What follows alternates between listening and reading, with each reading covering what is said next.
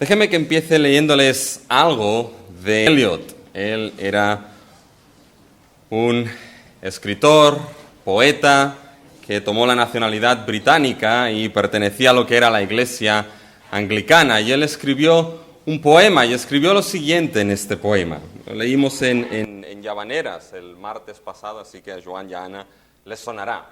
Eso es lo que el autor escribe, dice: ¿dónde está la vida que hemos perdido viviendo? ¿Dónde está la sabiduría que hemos perdido en el conocimiento? ¿Dónde está el conocimiento que hemos perdido en la información? Los ciclos de los cielos en estos 20 siglos nos llevan más lejos de Dios y más cerca de la tumba. Lo que el autor está diciendo en este poema, en esta estrofa, no es que el conocimiento, no es que la vida, no es que la información sean malas per se, sino que lo que el autor se está planteando aquí en su poema, básicamente, es cómo la sociedad ha tenido un declive, el cual le ha llevado cada vez y le lleva cada vez más lejos de Dios y más cerca de la tumba.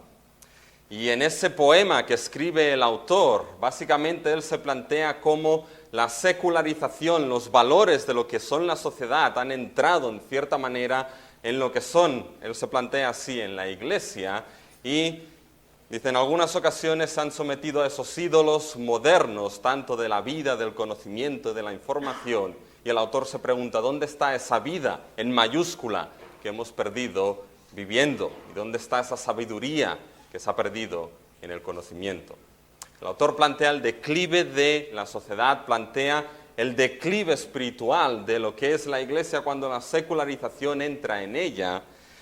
Y básicamente nos damos cuenta de que ese declive espiritual del cual habla el autor aquí es el declive el cual nos encontramos en el pueblo de Israel, en el texto que se ha leído hoy de Jueces 2 y parte del 3. Así que tengan sus Biblias abiertas en el capítulo que ha leído David, Jueces 2 y 3. Y vamos ahí a darnos cuenta, vamos a ver lo que es el declive espiritual del pueblo de Israel, tal y como está narrado en Jueces 2 y 3.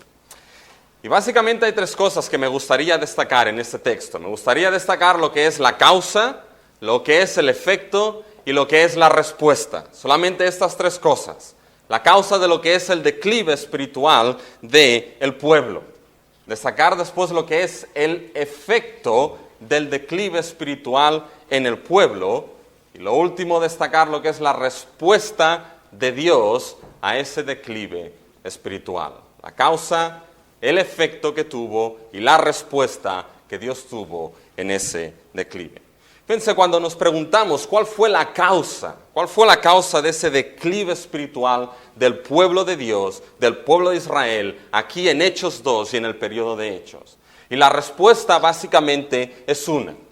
La respuesta básica es que hubo una pérdida del conocimiento y de la experiencia del pacto que Dios había hecho con ellos y que ellos eran parte del pueblo del pacto. Una pérdida del conocimiento y de la experiencia personal y colectiva como pueblo del pacto que Dios había hecho con ellos.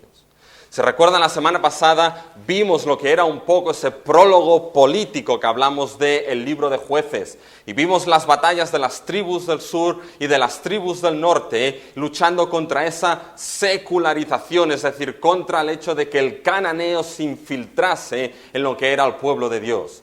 Y nos dimos cuenta de que hubo todo un movimiento en el texto del cual llegamos al final del capítulo 1, en el cual el cananeo de morar lejos, el cananeo moró entre el pueblo de Israel y después se dio la vuelta a la tortilla y era Israel quien moraba entre el cananeo e Israel en la tribu de Dan quedó alejado, lejos en las montañas. Y vimos la cananización de lo que era esa tierra prometida, esa tierra dada al pueblo del pacto. Ahora bien, todo esto lo pusimos bajo la visión de que habían perdido en cierta manera, de que eso debía lidiarse bajo el concepto de pacto, de pueblo de pacto. Y fíjense que el capítulo 1 no lo explica así, sino que es el capítulo 2 el cual nos da la visión de todo este asunto. Los primeros 5 versículos del capítulo 2 nos dan la visión de Dios de lo que sucedió en el capítulo 1. Si se dan cuenta, les mencioné de que había un verbo crucial en el capítulo 1, el verbo subir a la tierra. Y nos encontramos que primeramente es Judá quien sube a la tierra. Después nos encontramos que es José quien sube a la tierra. Y ahora fíjense en el capítulo 2, versículo 1, ¿quién es el que sube? En el versículo 1 del capítulo 2 nos dice, el ángel de Jehová subió. ¿Se dan cuenta? Subió de Gilgal a Boquim. Esto cierra todos los acontecimientos del capítulo 1 y nos va a permitir pasar a los acontecimientos que veremos en el capítulo 2. Y Jehová ahora sube de Gilgal a Boquim. Sube y reúne en asamblea al pueblo en un lugar de llanto y en un lugar de lágrimas y en un lugar de tristeza. Porque Boquim en realidad lo que significa es los que lloran. Lo vemos así en el versículo 5, llamaron el nombre de aquel lugar Boquim. Esto es llorar, más particularmente los que lloran. Jehová sube, reúne al pueblo en un lugar de los que lloran. Y la pregunta es, ¿por qué un lugar de tristeza? ¿Por qué un lugar de llanto? ¿Cuál es el veredicto que Dios ahora va a dar de esas campañas militares del capítulo 1, de haber dejado y no haber arrojado al cananeo y dejar que ahora Israel y el cananeo morasen juntos? ¿Cuál es la visión de todo esto? Y fíjense que el capítulo 2 lo explica. El ángel de Jehová subió de Gilgal a Boquim y dijo, yo os saqué de Egipto y os introduje en la tierra de la cual había jurado a vuestros padres, diciendo, no invalidaré jamás mi pacto con vosotros, con tal que vosotros no hagáis pacto con los moradores de esta tierra. ¿Cómo se mostraba esa fidelidad al pacto y lealtad a ese Dios del pacto? Cuyos altares habéis de derribar. Pero no lo hicieron, mas vosotros no habéis atendido a mi voz. ¿Se dan cuenta? Dios lo ve todas esas campañas militares a través de la visión del pacto y de ser fiel a ese Dios que los había sacado de Egipto y había entrado en pacto con ellos. Eso es lo que deberíais haber hecho y no lo hicisteis. Entonces, fíjense, esa es la visión de lo que es las campañas militares del capítulo 1. Esa fidelidad bajo el pacto. Y nos vamos a dar cuenta que el declive espiritual de Israel es por esa pérdida de ese conocimiento y esa experiencia de ese pacto. Fíjense, la verdad es que cuando llegamos a partir del versículo 6 en el capítulo 2, algo interesante sucede. La Biblia toma lo que es la máquina del tiempo y nos lleva atrás en la historia de la salvación. Si se dan cuenta, el versículo 6 empieza, no donde empieza el capítulo 1. El capítulo 1 empezó después de la muerte de Josué. Pero si se dan cuenta, en el versículo 6 del capítulo 2 se nos lleva antes de ese momento. La Biblia nos lleva al tiempo de Josué. Fíjense, porque ya Josué había despedido al pueblo y los hijos de Israel. Se dan cuenta, nos lleva justo al periodo antes de Jueces, al periodo del final de lo que es Josué. Y la pregunta es, ¿por qué? ¿Por qué el autor hace eso? ¿Por qué la Biblia coge esta máquina del tiempo y nos lleva atrás en el periodo de Jueces y nos sitúa al final de la historia de Josué? ¿Qué es lo que está intentando hacer llevándonos antes del capítulo 1 y esas campañas militares que vimos? Y la pregunta es que aquí tenemos que entender algo de lo que es y cómo funciona un poco la literatura hebrea. Fíjense, la literatura hebrea tenía la característica en más de una ocasión de coger un tema, explicar un tema, introducir un tema, el que fuese, y después dejarlo y retomarlo más tarde. Y al retomar más tarde ese tema, lo que hacía en muchas ocasiones era ampliarlo, amplificarlo, explicarnos ciertas cosas. Fíjense, un ejemplo claro es Génesis 1 y Génesis 2. Nos encontramos lo que es el acontecimiento de la creación, tanto en Génesis 1 como en Génesis 2. Hasta el punto que hay personas que dicen que son dos acontecimientos distintos de la creación. Pero la verdad es que no es así. En Génesis 1 nos encontramos la narración de la creación y nos encontramos el sexto día donde Dios creó al ser humano a su imagen y semejanza.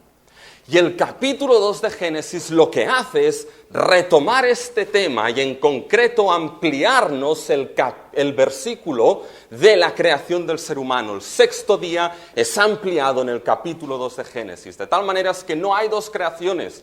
Génesis 1 y Génesis 2 nos da la visión completa de lo que es el acontecimiento de la creación. Y eso es lo que sucede aquí en Jueces 2, con esos versículos llevándonos antes del periodo de Jueces, antes del capítulo 1. Esos versículos van a ampliar, van a explicar, van a rellenar ciertos vacíos del capítulo 1. Porque si se dan cuenta, hay muchas preguntas colgando en el aire en el capítulo 1. ¿Por qué Israel clamó por alguien que subiese por ellos a la tierra?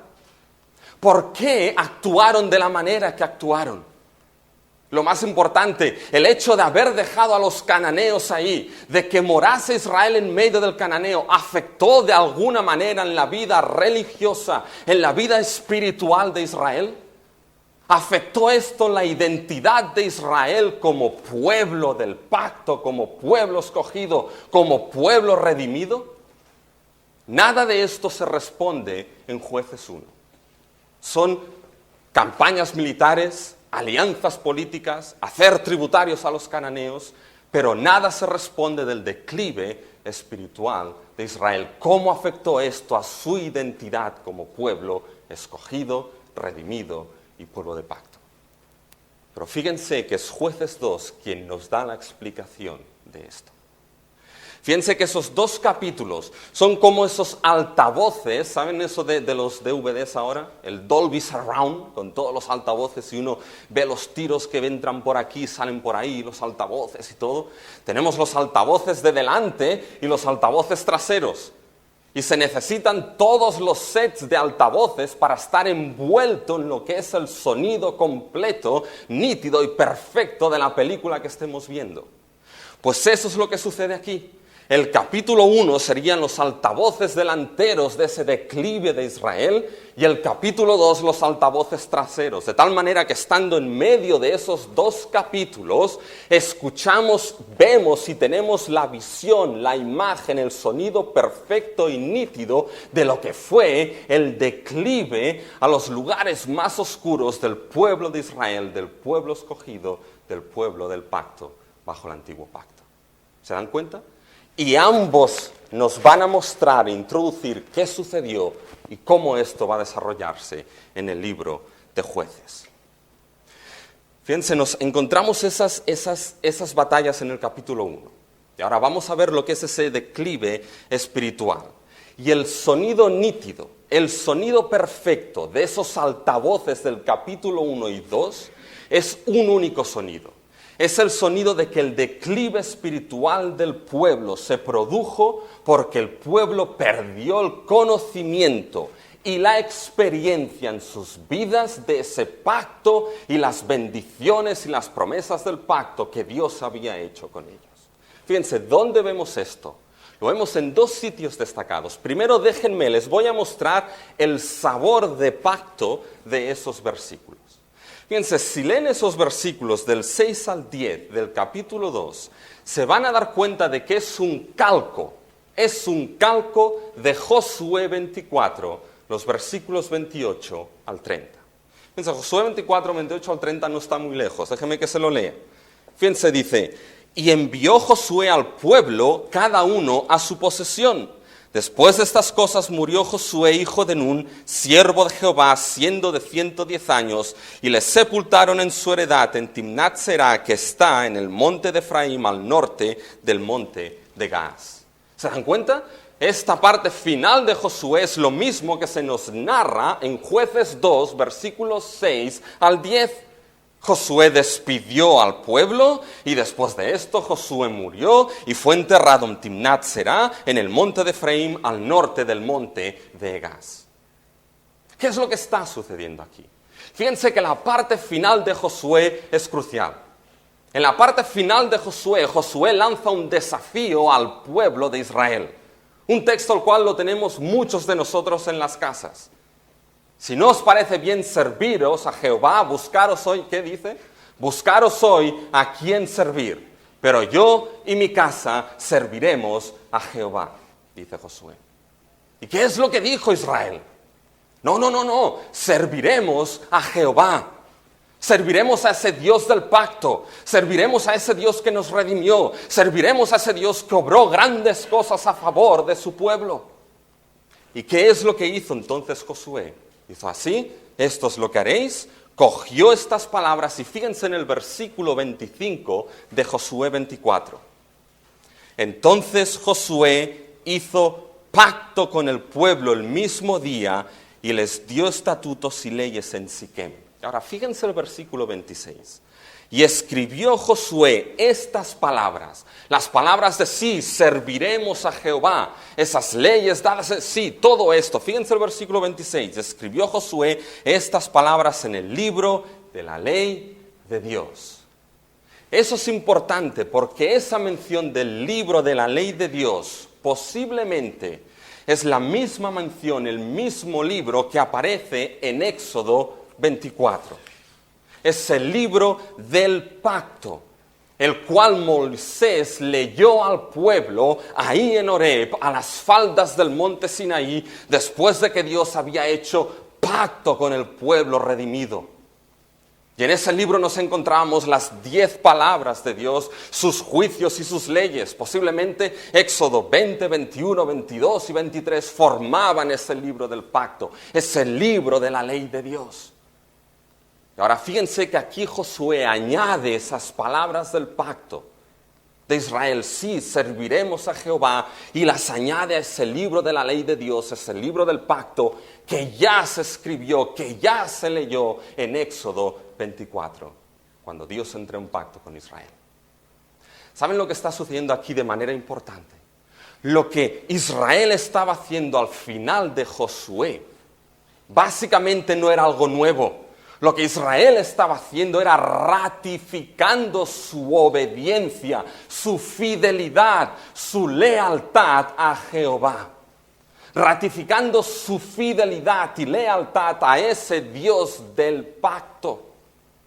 Ese pueblo era el pueblo que tenía consciente en sus mentes, en sus conciencias, en su vida, el hecho de que Dios había entrado en pacto con ellos y de que ellos eran pueblo de pacto.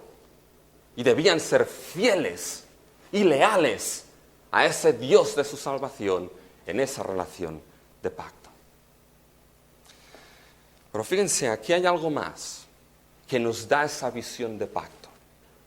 Y es una palabra que debo mencionarles. Es una palabra que es clave en el libro de Jueces y que no podemos perderla de vista. ¿Saben cuál es esa palabra? Es la palabra pueblo.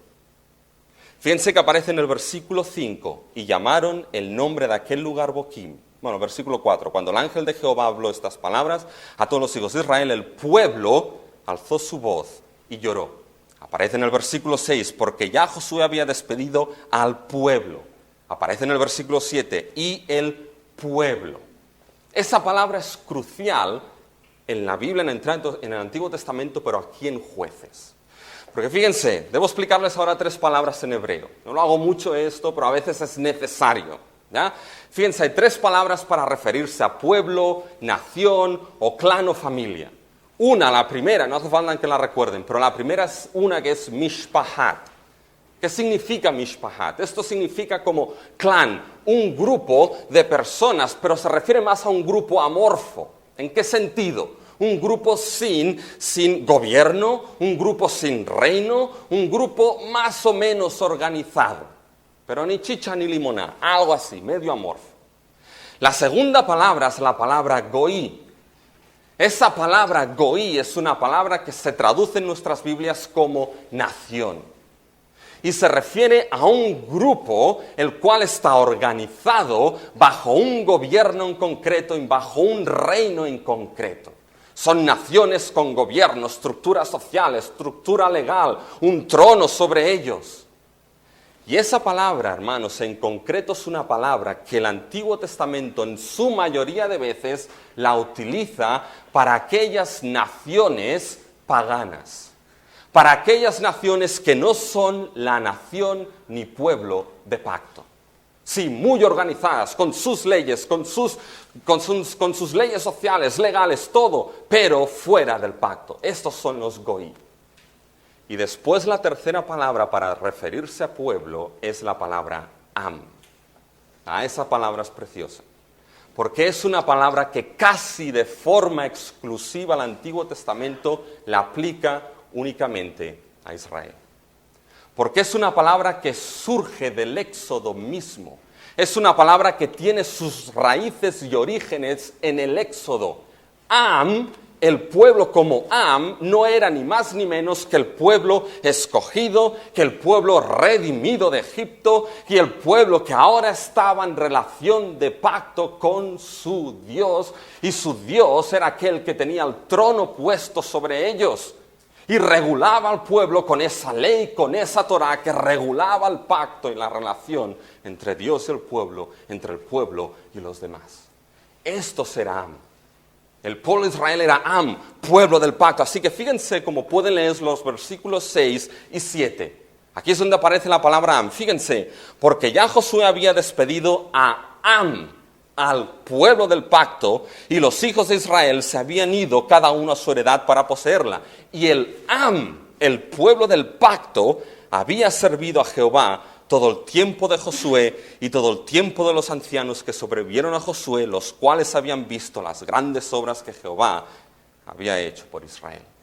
¿Se dan cuenta? Es este Am, este pueblo del pacto redimido y en relaciones Am y no otro, el pueblo del pacto, quien hizo ¿qué? Quien sirvió a Jehová todos los días de Josué y los ancianos que lo sobrevivieron. Este pueblo, hermanos y hermanas, aquí en Jueces, Israel en estos momentos tenía algo grabado en su disco duro, en su conciencia. Ellos como pueblo, como identidad, eran el pueblo redimido, el pueblo escogido, el pueblo del pacto, y sirvieron a Jehová conforme a quienes ellos eran, Am y no otros. ¿Se dan cuenta? Fíjense cómo esto es así. Porque después que Israel se lió con los Baales y los Aseras de su tiempo, fíjense lo que Dios dice de su pueblo en el versículo 20. Después que se han liado ya con los Baales y los Aseras, después de que han dejado a su Dios, fíjense en el versículo 20. Y la ira de Jehová se encendió contra Israel y dijo, ¿por cuanto este qué? ¿Por cuanto este qué? Por cuanto este pueblo, dirán, Rubén, es lo mismo. Pero quizá alguien tiene otra versión. Quizá alguien tiene la nueva versión internacional. Creo que es la versión que tiene Sana, la versión que tiene también Carlas. Y fíjense lo que dice Dios en esa versión, cómo lo han traducido. Puesto por cuanto este pueblo, y ahora fíjense, puesto que esta nación, lo que Dios está diciendo aquí es por cuanto esta goí, no utiliza Am para un Israel que se ha adulterado con los dioses paganos. Dios le está diciendo, ahora ya no actuáis como Am, pueblo del pacto. Ya no actuáis conforme a quien sois por gracia y por redención. Ya no actuáis como quien sois vuestra identidad. Ahora actuáis como goí, como el resto de naciones. Sí, quizá muy organizados, muy buena cara, pero en infidelidad a vuestro Dios. Eso básicamente es lo que vemos aquí. Y fíjense que este pueblo actuó en obediencia a Jehová. Y actuó todos los días, nos dice en el versículo 7, todo el tiempo de Josué y todo el tiempo de ¿qué? De los ancianos que ¿qué? Que sobrevivieron ¿a quién? A Josué. Pero fíjense que hay algo clarísimo. ¿Qué es lo que esos ancianos vieron? Fíjense en el versículo 7. No solamente eran conscientes de quién eran como pueblo de pacto, Am, sino fíjense, Josué, los ancianos, fíjense a mitad del versículo 7, al final, los cuales habían visto algo. ¿Qué habían visto?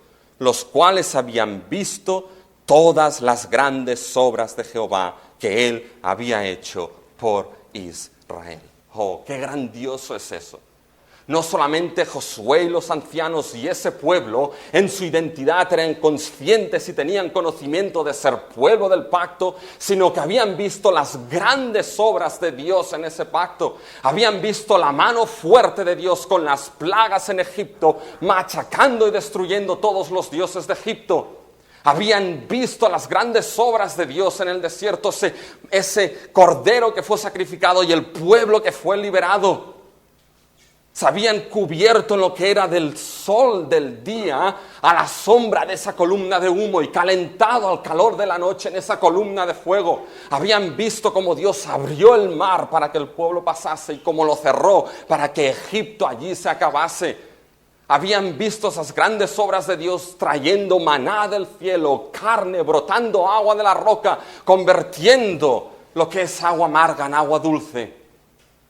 Y habían visto cómo había sacado a sus enemigos de aquella tierra. Fíjense, hermanos y hermanas, para ese pueblo, para esos ancianos, para ese pueblo del pacto, el pacto, las bendiciones, las promesas, ese Dios no era nada abstracto.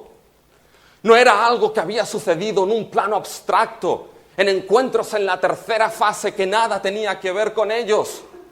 El pacto y ese Dios para ese pueblo no era abstracto, era real en su historia y en sus vidas. Dios obró ese pacto y esa salvación, esas grandes obras en la historia y en las vidas de Israel, liberándolos y transformándolos y llevándolos hasta Canaán, hermanos y hermanas. ¿Y saben qué? Es exactamente lo mismo para el pueblo del nuevo pacto, su iglesia.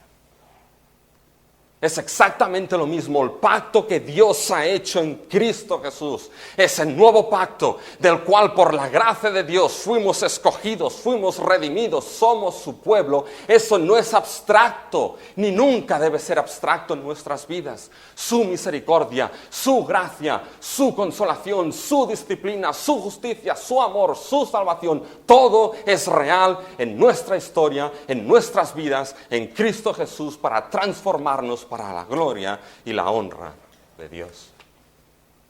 Y ellos lo sabían. Somos no es abstracto. Y esas grandes obras las hemos visto. Han cambiado nuestras vidas. Y por la gracia de Dios es así en Cristo Jesús en nuestras vidas, hermanos y hermanas. No es en la tercera fase. Es en mi vida, es en tu vida, es en esta historia, hermanos y hermanas, que forma esa base fundamental en el cual Dios obra su gran salvación. Y hasta aquí dirán, bueno, Rubén, pues mucho pacto, pero eso de la pérdida del conocimiento y de la experiencia de ese pacto no aparece por ningún lado. ¿Dónde lo vemos esto? ¿Dónde vemos que Israel perdió? Y fíjense lo que sucede. Fíjense después de que Josué murió. Ese Josué que había visto ese pacto y esas grandes obras. Después de que los ancianos murieron. Fíjense lo grandioso que es. El pueblo siguió en obediencia porque Josué y los ancianos vieron esto.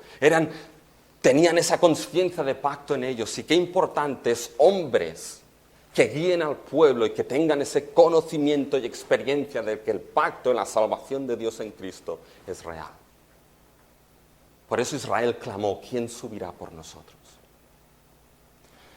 Pero también nos lleva a entender algo, nos lleva a entender de que qué necesario es que tengamos a aquel que sea fiel al pacto y guíe al pueblo en fidelidad.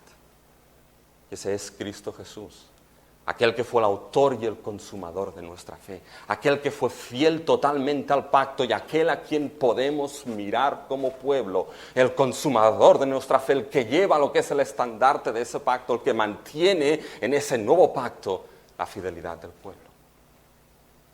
¿Y cuándo fue infiel el pueblo? Fíjense en el versículo 10. Aquí viene el gran cambio. ¿Han notado todo el sabor a pacto? ¿Lo han notado? Ahora viene el gran cambio aquí. Y toda aquella generación también fue reunida a sus padres. ¿Y qué dice la Biblia? Y se levantó. La Biblia en catalán me gustó aquí. Pero, dice, pero, es el cambio. Pero se levantó después de ellos otra generación. ¿Y cómo es definida esa generación? Fíjense, una generación que ¿qué? Que no conocía a Jehová. ¿Y qué más dice?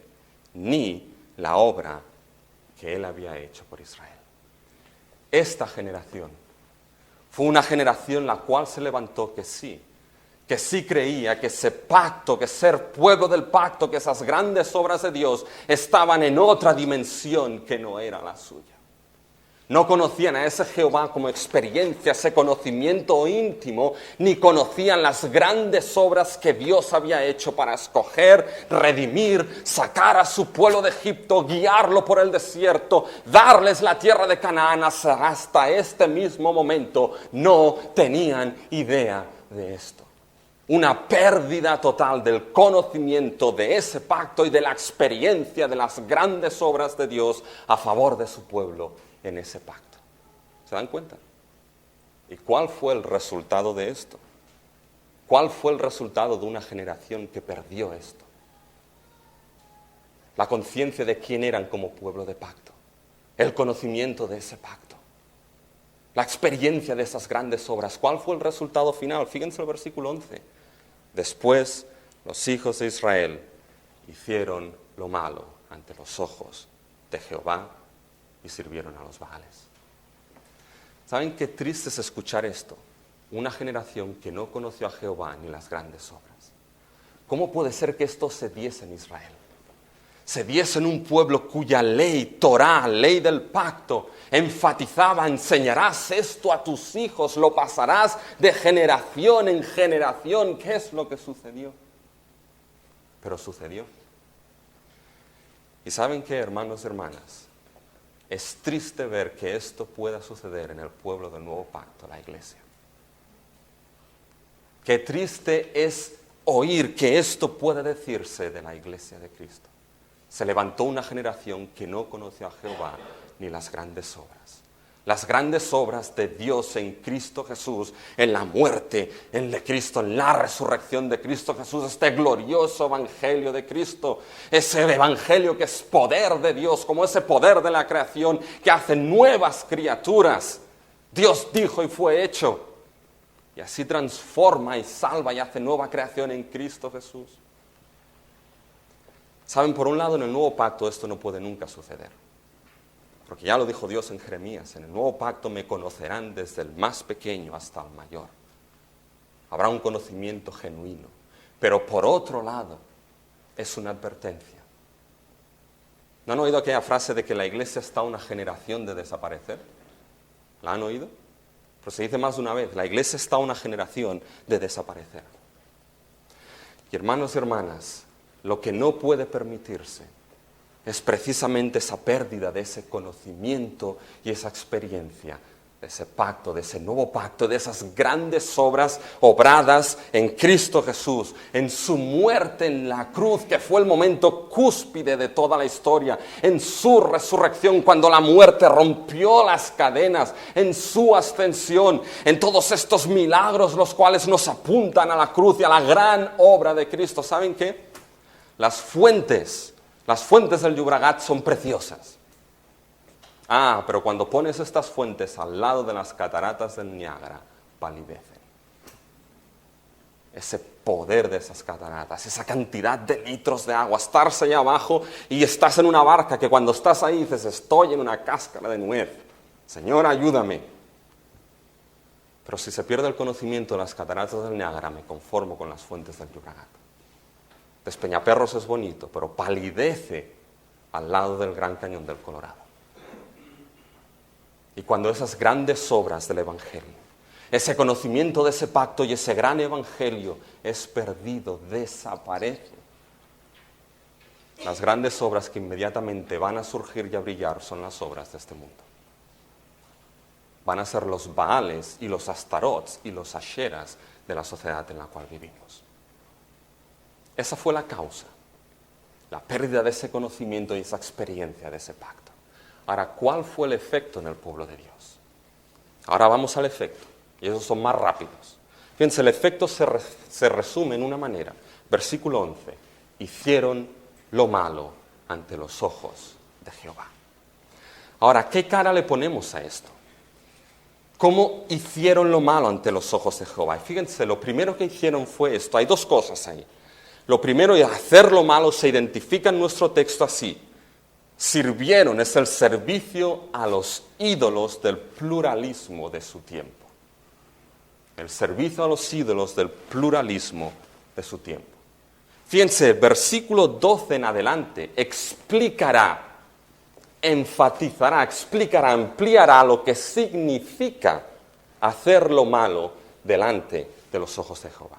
En este caso, para Israel, pueblo que olvidó ese pacto, pueblo que no experimentó esas grandes obras. Fíjense, los versículos 11 y 12 nos dan una serie, unos verbos que nos indican cómo se hizo lo malo. Y básicamente es, dejaron a uno y se fueron con otro. ¿Ya? Fíjense el versículo 11. Después los hijos de Israel hicieron lo malo ante los ojos de Jehová y sirvieron a los Baales, dejaron a Jehová, el Dios de sus padres. ¿Se dan cuenta? Sirvieron a unos y dejaron a otro. Y fíjense que después esto vuelve a repetirse. Dejaron a Jehová, el Dios de sus padres, que los había sacado de la tierra de Egipto, y fueron tras otros dioses. A la inversa, fueron tras otros dioses de los pueblos que estaban a su alrededor, a los cuales adoraron y provocaron a ir a Jehová. Y ahora fíjense el versículo 13. Y dejaron a Jehová y adoraron a Baal y a Astarot. ¿Se resume hacer lo malo en qué sentido? Dejaron a Jehová, al Dios del pacto, y sirvieron a los Baales de su tiempo. Así es como se define el hacer lo malo, así es como se define este inicio de espiral y declive espiritual en el pueblo de Dios. Y fíjense, lo que nos encontramos aquí es algo bien característico, que no estamos tan lejos en nuestra sociedad. ¿Saben qué choque nos encontramos aquí entre Israel y esos Baales? Nos encontramos el choque de lo que se llama el choque entre dos, es una palabra inglesa, world views. ¿Qué significa esto?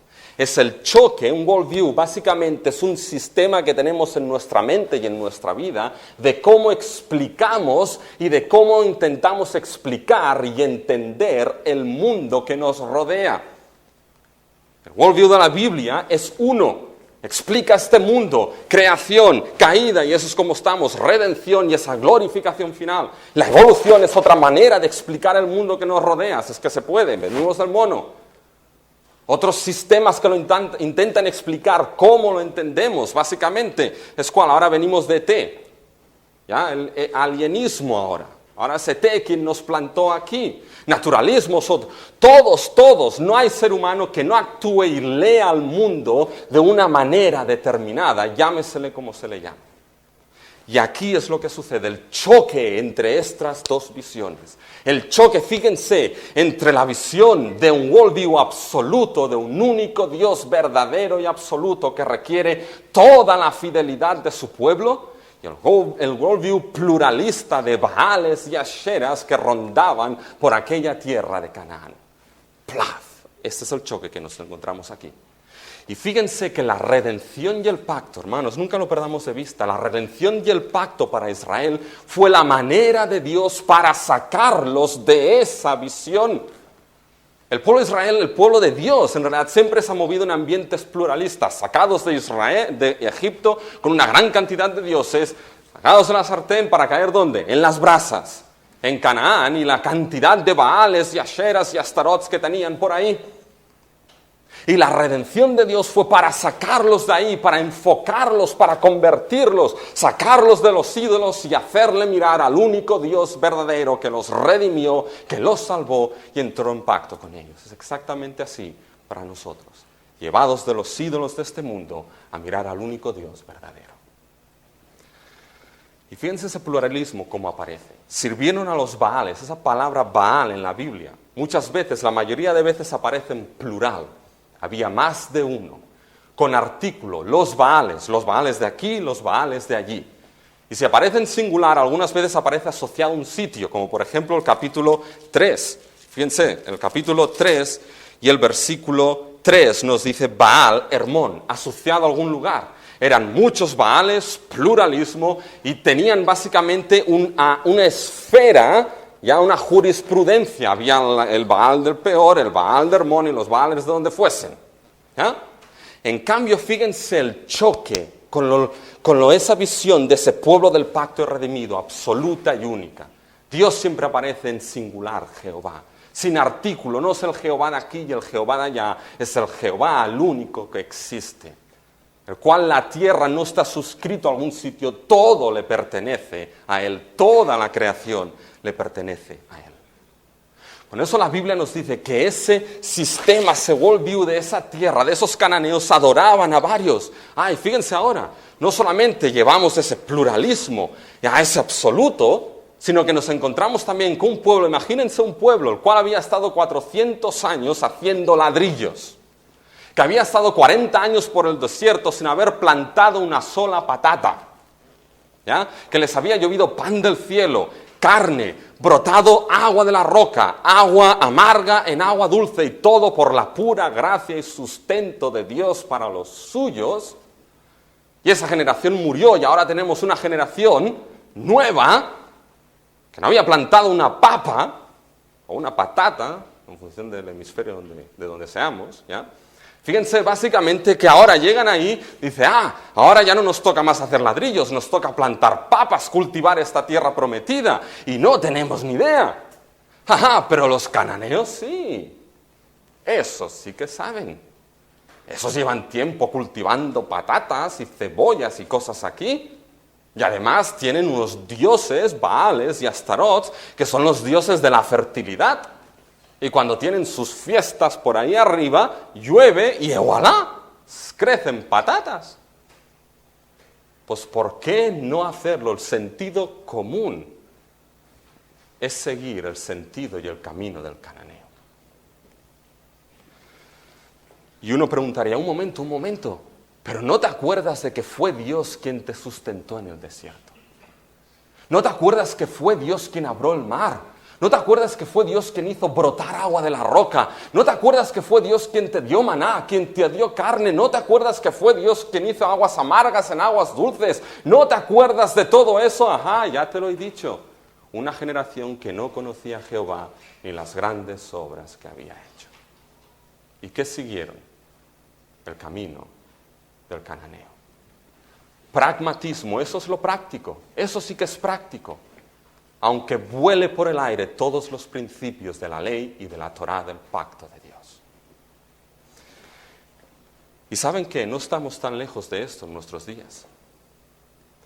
Nuestra sociedad sigue siendo una sociedad pluralista. Nuestra sociedad sigue siendo una sociedad pragmática, muchas veces por encima de principios y valores. Y nuestra sociedad sigue teniendo Baales, Aseras y Astarots con otras caras, pero siguen estando. Y el pueblo de Dios redimido, no somos de este mundo, pero estamos en este mundo. Y nos movemos en este ambiente. Perder quién somos de vista nos abre las puertas a ese pluralismo y pragmatismo de nuestra sociedad. Y saben, no estoy hablando de los Baales típicos de sexo, drogas y rock and roll. Eso ya lleva años, o el rock and roll quizá no tanto, pero lo otro sí. Pero fíjense que hay otro tipo de Baales, los cuales, por desgracia, muchos de ellos están secularizando la esposa de Cristo. ¿Saben? Nos encontramos un Baal, que es el Baal de todo lo vale. ¿Lo han escuchado este? Este es bueno, el Baal de todo lo vale. ¿Ya? Todo el mundo hace lo que bien le parece. ¿Les suena eso? Pues ya en Jueces ya estaba esto, Pero Baal de todo lo vale. Y junto con este Baal, ¿saben qué? Nos encontramos como que todo lo vale, nos encontramos otro Baal que va de la mano, el Baal del pluralismo y de no el absolutismo. No hay absolutos. ¿Y saben lo que genera esto, hermanos y hermanas? Que yo lo he escuchado hace menos de un año, dentro de nuestros círculos, no aquí por la gracia de Dios, de que porque no hay ese Baal de todo lo vale y Baal del pluralismo están por ahí rondando, por lo tanto la palabra de Dios ya no es absoluta. La palabra de Dios ya no es toda ella inspirada. Y por lo tanto hay otras cosas que pueden ser usadas para la esposa de Cristo. ¿Saben qué? No hay manera de que el pueblo del pacto que cree que esta palabra es toda ella inspirada por Dios pueda comulgar con estos Baales. Nos encontramos el Baal también de paradigmático. Diferentes paradigmas para alimentar lo que es la iglesia de Cristo, pero Dios ya ha dado el suyo. Y todas estas cosas, si uno se olvida de quién es, de las grandes obras, de quién somos en Cristo y el Evangelio, estos Baales entran rápido. Y fíjense en esa espiral. Y esa espiral, cuando hago esto, es que ya vamos llegando al final. ¿Ya? Y unos dirán, gloria a Dios, ¿ya? Vamos llegando al final. Fíjense que esto fue un descenso a los horrores. ¿Han oído hablar de Jesús Calleja? Es uno que aparece en 4, ¿ya? Y que hace todo tipo de aventuras. Pues el hombre se metió en el lugar más profundo de la tierra. Y no pudieron llegar. Y fue tal la presión y la opresión que tenían, y los accidentes que hubo, me imagino que tuvieron que salir. Pues esa es la opresión en ese descenso a los infiernos, ese declive espiritual de Israel. ¿Qué es lo que sucedió? Olvidarse de quién eran, de ese pacto, servir al pluralismo en los Baales de su tiempo. ¿Qué es lo que sucedió con ellos? Fíjense, se produjo una cauterización de la conciencia espiritual del pueblo. Cuanto más tiempo estás en agua congelada, te congelas y no acabas sintiendo nada. Hasta que todos sabemos. Finito. Y fíjense lo que nos dice básicamente el versículo 16 y 17. Hubo una cauterización en ese descenso espiritual. Fíjense, y Jehová levantó jueces que los librasen de la mano de los que despojaban. ¡Qué grande! Les levantó jueces. Pero ahora fíjense el versículo 17. Pero tampoco oyeron a sus jueces. Qué triste es eso. En un descenso espiritual, yendo, y literalmente el versículo 17 dice, pero tampoco oyeron a sus jueces, la causa es esta, sino que fueron tras de Dios, tras otros dioses, literalmente se prostituyeron. Eso es lo que dice. Un pueblo así, el pueblo redimido, el pueblo del pacto se fue, se prostituyó tras otros dioses, ese pluralismo, ese pragmatismo, todo. Y todo y así Dios les levanta jueces para liberarlos. ¿Y qué hicieron ellos? No escucharon a los jueces. Hasta ese punto de cauterización su conciencia y su vida estaba, que no fueron capaces de escuchar, ni capaces, ni quisieron. Saben que cuanto más tiempo está una piedra en el río, más redondeada y modelada por la corriente, hasta el punto que esa piedra ya no ofrece resistencia alguna, sino que es perfectamente un conductor de lo que es la corriente del río. Y fíjense que así en cierta manera será aquella iglesia que se lía con los Baales de su tiempo. Y unos me dirán, bueno, Rubén, pero eso es para Israel. Eso es para el pueblo del Antiguo Pacto. Nosotros somos la iglesia, el pueblo del Nuevo Pacto. Déjenme que les recuerde en esa historia de la salvación, Pablo con los Corintios. Que Pablo en el capítulo 3, 4, 5, 6 y casi 7 de Corintios de segunda tiene que defender su apostolado y su mensaje delante de la iglesia de Corinto.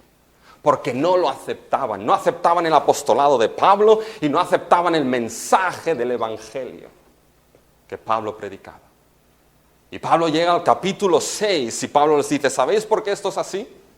He estado todo el tiempo pensando si quizá no hago suficientes ilustraciones en mis mensajes. He estado todo el tiempo pensando si quizá hablo mucho. Por unos dicen que hablo mucho, otros dicen que hablo poco. ¿Sabéis por qué es, Corintios? Les dice. ¿Sabéis por qué es? Y llega a esa conclusión final en el capítulo 6. Porque estáis unidos en yugo desigual con el incrédulo. No está hablando del matrimonio ahí principalmente. Corintios, estáis unidos con la visión y el sistema del mundo. Corintios, vuestra visión es el patrón del mundo y no el patrón del Evangelio. Es seguir las apariencias, queréis cartas y no seguir realidades. Podría predicaros aquí el Salvador todo el día, les dice. Podría aquí predicaros al Cristo crucificado y al Cristo resucitado. Podría predicaros al juez que Dios levantó, juez de jueces, para liberaros de aquellos que os despojan y no entenderíais si no escucharíais, Corintios. ¿Por qué? Porque estáis unidos con el mundo. Porque estáis unidos con el mundo. Y cuanto más sigáis ahí, menos entenderéis el mensaje. Más cauterizada estará la conciencia espiritual del pueblo. ¿Saben qué? No se olviden de que Pablo les dijo a los corintios, esas cosas del Antiguo Testamento se han escrito como ejemplo para nosotros. Por lo tanto, escuchemos. ¿Saben? Hay un hermano aquí que no voy a mencionar su nombre, sé que no le importaría, pero me dijo, Rubén, es que el libro de Jueces que es duro, rompiendo y machacando cabezas por todas partes, no hay quien entienda esto. ¿Quién se va a leer esto, Dios mío? Pero ¿saben qué es lo glorioso, hermanos y hermanas? Lo glorioso es que Dios nos ha dado su palabra y en concreto nos ha dado el libro de Jueces. Porque el libro de Jueces es para que miremos ese libro y veamos en él no lo que debe ser en el pueblo, sino que miremos y entendamos lo que nunca debería ser en el pueblo de Dios. Miremos y entendamos lo que nunca debería ser y aprendamos por la gracia de Dios y su obra en nuestras vidas de lo que no debería ser y de lo que sí debe ser. Y que miremos a estos jueces, y el autor nos dice, no miréis otra vez a ese periodo antiguo de esos jueces carismáticos, algunos de ellos infieles. Mirar a aquel que es juez de jueces, señor de señores y rey de reyes, que es Cristo Jesús. Ese fue el efecto. Y dirán, todavía queda lo que es la respuesta de Dios, madre mía. Pues eso es bien rápido. ¿Cómo respondió Dios a todo esto?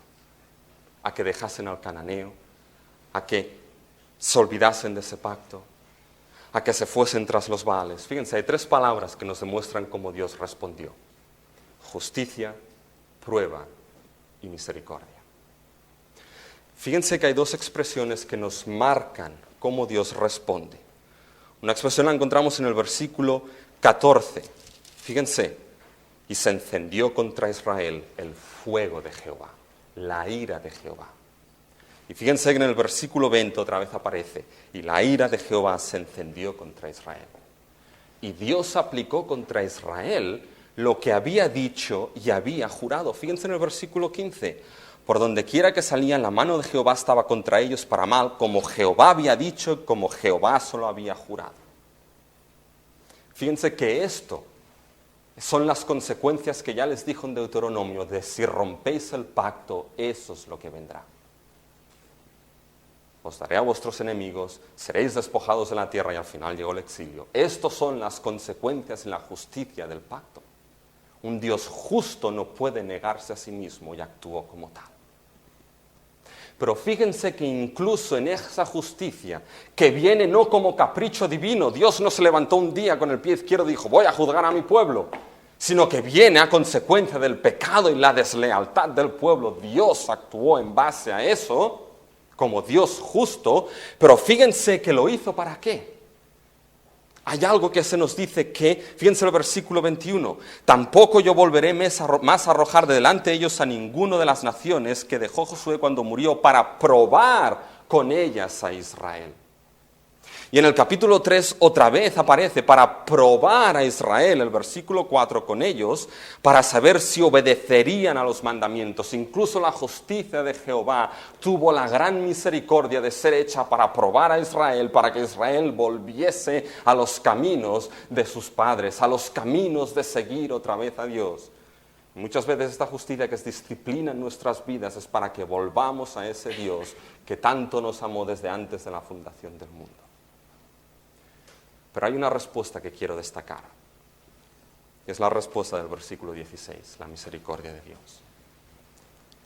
Y Jehová levantó jueces que los liberasen de mano de los que les despojaban. Eso es una gran misericordia de Dios, hermanos. Pueblo que no conocía a su Dios, pueblo que se había olvidado de las grandes obras, pueblo que estaba ahora liado con los Baales y los Aseras en su pluralismo, en ese pragmatismo, pueblo que corría y se prostituía detrás de esos dioses. Incluso Dios les levanta jueces para liberarlos. ¿Se dan cuenta de ello? Incluso Dios les levanta jueces para liberar a ese pueblo. ¿Y cuál es la razón de ello? Fíjense el versículo 18.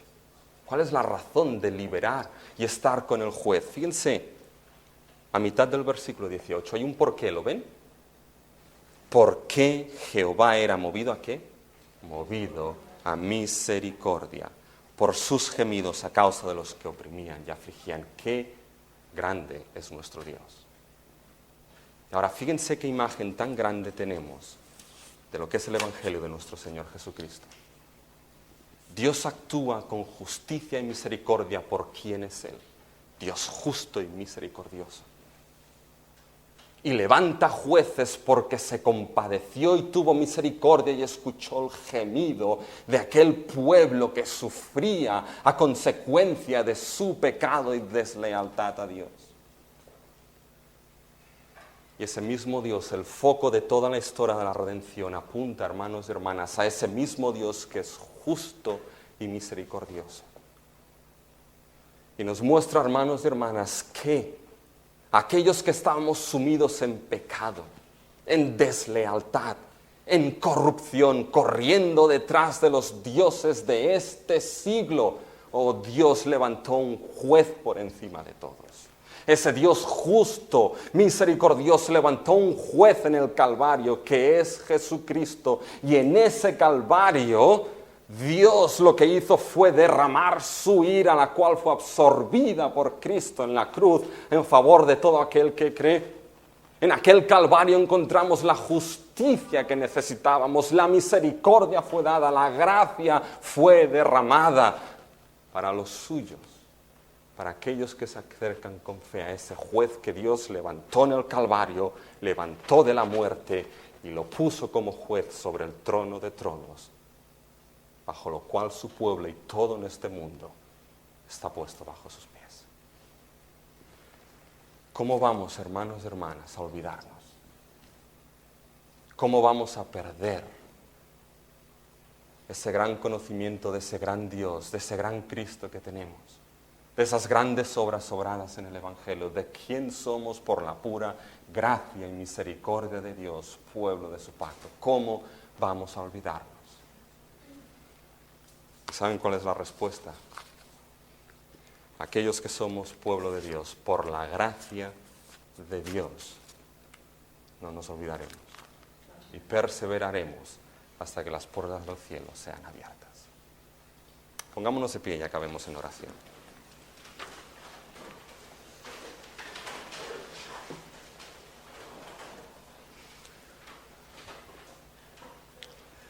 Señor y Padre nuestro, solamente, Señor, queremos darte las gracias porque tú eres un Dios justo, misericordioso. Que, Padre Celestial, podemos ver tu justicia, podemos ver tu misericordia, Padre, y lo podemos ver de manera sublime en Cristo y en la obra del Evangelio. Padre, solamente queremos pedirte que tú, Señor, nos ayudes en tu gracia, Señor, estar firmes en ello, no olvidarnos de quién somos, Señor, de quién hemos sido hechos en Cristo Jesús por tu gracia, por esa gran obra. Ayúdanos a estar fundamentados en tu palabra, que nuestras conciencias estén ligadas a ella, Señor. Y Padre Celestial, que podamos en este mundo, Señor, caminar, sabiendo que sí estamos envueltos, Señor, en oscuridad, pero somos la luz del mundo. Y Padre Celestial, en este mundo debemos brillar para presentar a Cristo y ese gran Evangelio. Y así andar, Señor, hasta que tú nos llames o vengas a recoger a tu esposa. Padre Celestial, te alabamos y te glorificamos en el nombre de Cristo Jesús. Amén.